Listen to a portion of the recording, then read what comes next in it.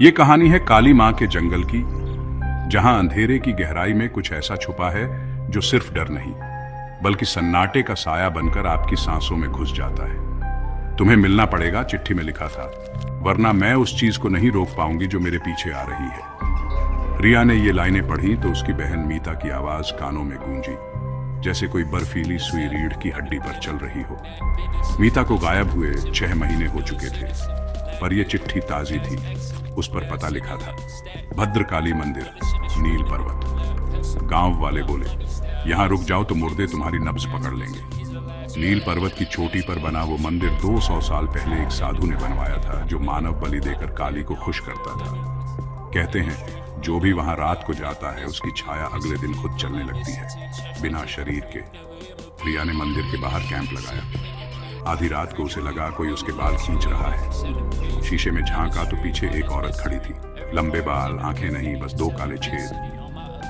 पर असली डर तब हुआ जब उसने देखा कि वो औरत उसी के चेहरे वाली थी, बस मुस्कुरा रही थी। अगले दिन रिया को मीता का डायरी मिला। आखिरी पन्ने पर लिखा था, यहाँ हवा नहीं बल्कि कोई हमारी सांस चूस रहा है। रात को जब उसने मोमबत्ती जलाई तो लौ ने एक मानवाकार छाया दीवार पर बनाई, जो धीरे धीरे उसकी ओर झुकी।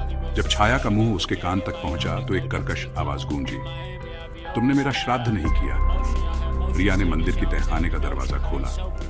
वहां सैकड़ों खोपड़ियां थीं और बीच में मीता का शव, आंखें खुली, जीभ काली और पेट में एक गड्ढा जहां से कीड़े रेंग रहे थे।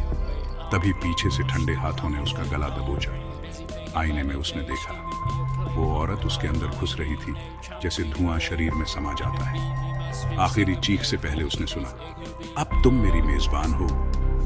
गांव वालों ने अगले दिन रिया को मंदिर के बाहर पाया, जिंदा, पर उसकी आंखों की पुतलियां गायब थी। वो बस मुस्कुराती रहती है और रात को उसके कमरे से 2 आवाजें गूंजती हैं। एक रोती है, दूसरी हंसती है।